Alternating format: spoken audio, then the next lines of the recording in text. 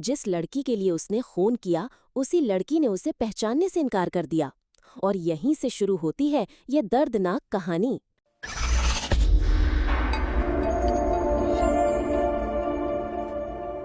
Film की शुरुआत 2021 के कोरोना टाइम से होती है, जहां पूरा देश सोशल डिस्टेंसिंग फॉलो कर रहा है।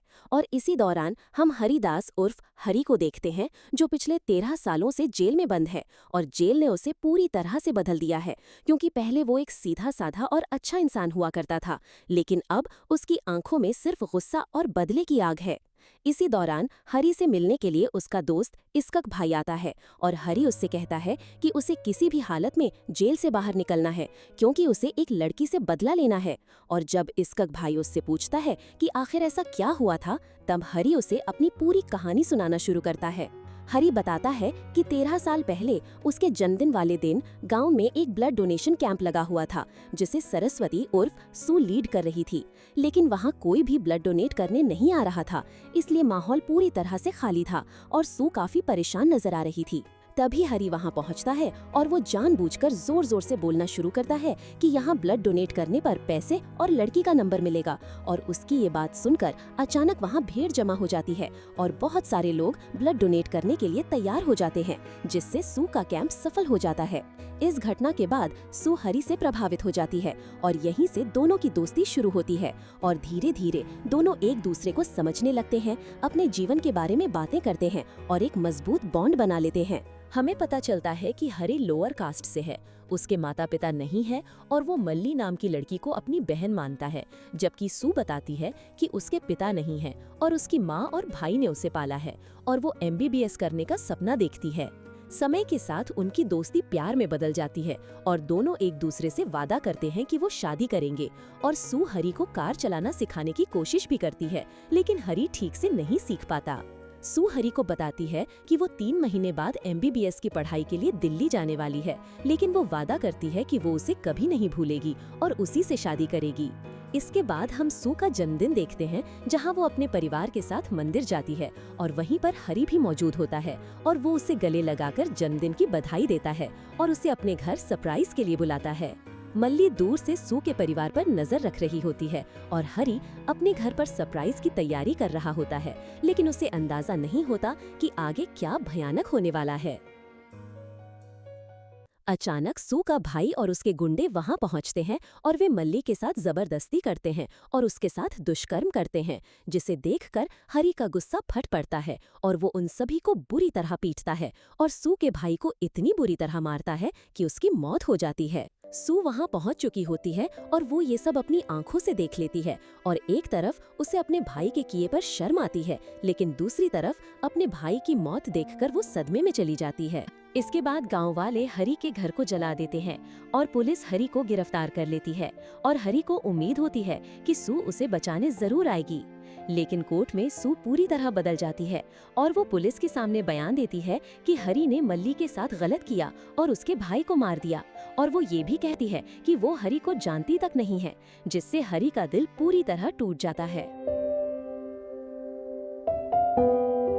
कहानी वापस प्रेजेंट में आती है और इस्क भाई हरि को जेल से भगाने के लिए एक प्लान बनाता है, जिसमें कैदियों को शिफ्ट करते समय ट्रेन एक्सीडेंट कराया जाता है और हरि हथकड़ी की चाबी से खुद को आजाद कर लेता है और वहां से बाइक लेकर भाग निकलता है।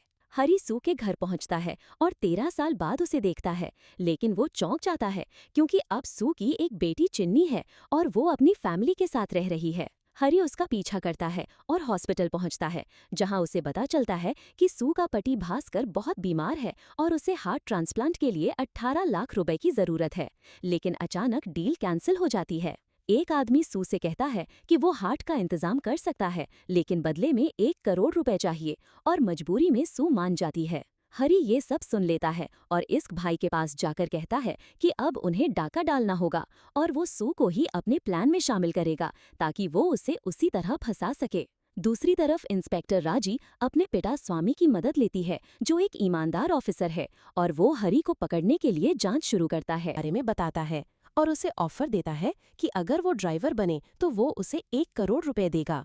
दोनों मिलकर हॉस्पिटल में चोरी करते हैं, लेकिन अफरा तफरी में ज्यादा पैसा बह जाता है और उनके हाथ सिर्फ 5 लाख ही लगते हैं। फिर वे दोबारा हॉस्पिटल जाते हैं और इस बार 10 करोड़ रुपए लूट लेते हैं। लेकिन गार्ड्स उनका पीछा करते हैं और एक समय पर हरी पकड़ा जाता है, जबकि सू पैसे लेकर भाग जाती है।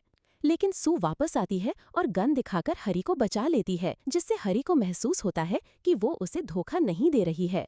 पुलिस और गार्ड्स उन्हें सब्जी मंडी में घेर लेते हैं और स्वामी हरी को भड़काने के लिए पुराने केस की बातें करता है, जिससे हरी गुस्से में आकर सू को धक्का देकर पैसे लेकर भाग जाता है। भागते समय स्वामी उसे पकड़ लेता है और दोनों के बीच जबरदस्त फाइट होती है, जिसमें हरी जीत जाता है और भाग निकलता है।